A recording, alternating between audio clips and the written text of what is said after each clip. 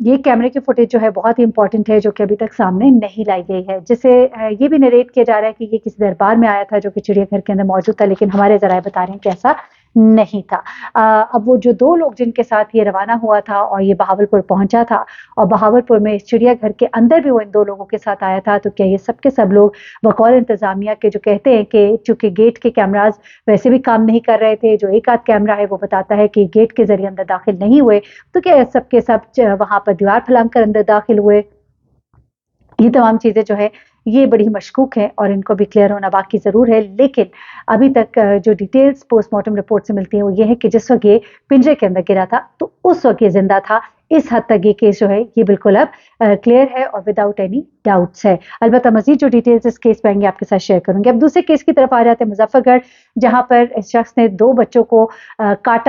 کر ان کا گوشت پکا کر ان کو کھایا اور دربار میں بانٹا۔ جو تیسرا بچہ بچ گیا تھا اسے یہ تمام تر ڈیٹیلز جو ہے وہ میڈیا اور پولیس کے ساتھ شیئر کی ہیں۔ یہ شخص جو کہ اب ہوش میں آ چکا ہے، اور پہلے کہا جا رہا تھا کہ جب اس کو گرفتار کیا گیا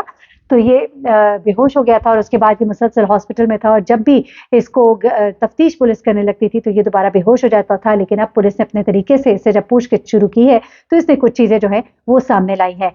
بیسیکلی یہ بھی کہا جا رہا تھا کہ شاید کوئی کالے جادو کا معاملہ ہے، کوئی کالا جادو وغیرہ اور اس طرح کی چیزیں، اور پیری مریدی کا بھی معاملہ تھا، اور اس نے جس طرح دربار پر گوشت بانٹا، اور کیونکہ اس کے بارے میں یہ بھی کہا جا رہا تھا کہ یہ عجیب عجیب باتیں کرتا تھا، گاؤں والوں کو کہتا تھا کہ تم لوگ کا ایمان خراب ہو چکا ہے، تم لوگ کو اپنے ایمان کو درست کرنے کی ضرورت ہے، اور تم لوگ تو مسلمان ہی نہیں رہے، تو اس طرح کی باتیں یہ کرتا تھا۔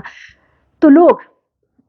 یہ بھی کہتے ہیں کہ شاید یہ جادو ٹونے کے معاملات میں، کالے جادو کے معاملات میں تھا، لیکن اب اس شخص نے کچھ باتیں بتائی ہیں، وہ بھی ذرا سن لیجیے گا۔ البتہ اس شخص نے یہ اقرار نہیں کیا کہ اس نے اس کو پکا کر کھا لیا۔ گمان یہ کیا جا رہا ہے کہ غالباً اس نے ان بچوں کو جب ذبح کیا تھا تب تو اس نے اس تیسرے بچے کے سامنے ذبح کیا تھا، تو وہ بچہ اتنا ڈر گیا تھا اور اس کو مزید ڈرانے کے لیے اس نے یہ کہہ دیا تھا کہ میں نے گوشت کاٹ کے کھا لیا ہے، پکا لیا ہے، لیکن ابھی یہ چیز جو ہے اس کے منہ سے کنفرم ہونی باقی ہے، اور کچھ ابھی ثبوت ایسے نہیں ملے جس سے یہ ظاہر ہو سکے کہ واقعتاً اس نے گوشت کو پکایا اور کھایا۔ البتہ اس شخص نے کچھ باتیں بتائی ہیں، جیسا کہ میں نے آپ کے ساتھ شیئر کیا تھا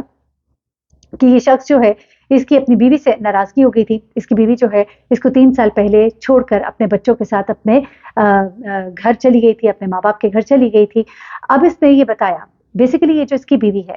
اس کا رشتہ ان بچوں کے گھر والوں سے جڑتا ہے جن کو اس نے مارا تھا۔ بیسیکلی اس بیوی کی بہن جو ہے، ان میں سے ایک بہن جو ہے وہ ان بچوں کی ماں بھی ہے، یعنی کہ اس شخص کی جو سالی ہے وہ ان بچوں کی ماں ہے۔ یہ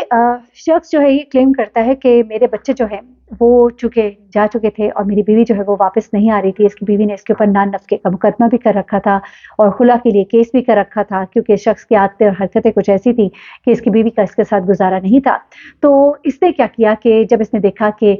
وہاں پر اس کی بہن جو ہے وہ اپنے گھر میں اپنے بچوں کے ساتھ خوش باش ہے، اس کے بچے کھیلتے کودتے اور میرے بچے جو ہے مجھ سے دور ہے، تو ان سے ایک تو حسد اور جلن کا شکار ہوا۔ پھر اس کے بعد اس نے ان بچوں کے ماں باپ سے درخواست بھی کی تھی کہ میری صلح کرائی جائے، لیکن انہوں نے کوئی اس کی بات نہیں سنی تھی، کیونکہ وہ بھی اس کی حرکتوں سے نالاں تھے۔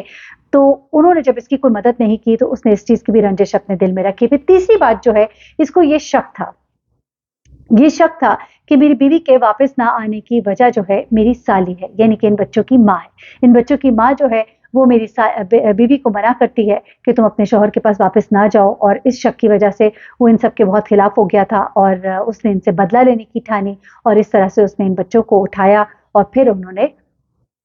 اس شخص نے ان بچوں کو ایک ایک کر کے قتل کیا، پہلے ایک بچے کو پھر دوسری بچی کو۔ اب یہ بتایا جا رہا ہے کہ دوسری بچی کی بھی جو کچھ واقعات ہیں، کچھ چیزیں ہیں وہ مل چکی ہیں۔ اللہ تعالیٰ ان کے گھر والوں کو صبر دے۔ یہ کچھ اپڈیٹس تھی اس کیس کے اندر اور میں نے کہا میں آپ کے ساتھ شیئر کروں۔ 7 سالہ بچہ جو ہے اس کو یہ ڈراتا دھمکاتا رہا تھا اور اب اگلی باری اس کی تھی۔ پولیس کی اس میں شدید کوتاہی نظر آتی ہے، بچوں کو بچایا جا سکتا تھا لیکن پولیس کی طرف سے بہت ڈیلے کیا گیا، اور اس ڈیلے کی وجہ سے یہ بچے جو ہیں، یہ 2 بچے جو ہیں یہ اللہ کو پیارے ہوئے اور بڑے ہی ظالمانہ طریقے سے ان کو قتل کیا گیا۔ اس شخص کو جو بھی سزا دی جائے کم ہے۔ ایک ایسا شخص جس نے اپنے حسد، اپنے کینے، اپنے نفرت کی وجہ سے اس قدر گھناؤنا فیل کیا جس کی کوئی وجہ جو ہے وہ بتاتا ہے وہ قابل قبول نہیں ہے، نہ ہو سکتی ہے۔ اللہ تعالیٰ ہم سب کے بچوں کو اپنے زمان میں رکھے، اپنا بہت خیال رکھیے گا، دعا میں یاد رکھیے گا۔ مزید کیسز کی بھی جو اپڈیٹس ہوں گے آپ کے ساتھ شیئر کروں گی۔ اللہ حافظ۔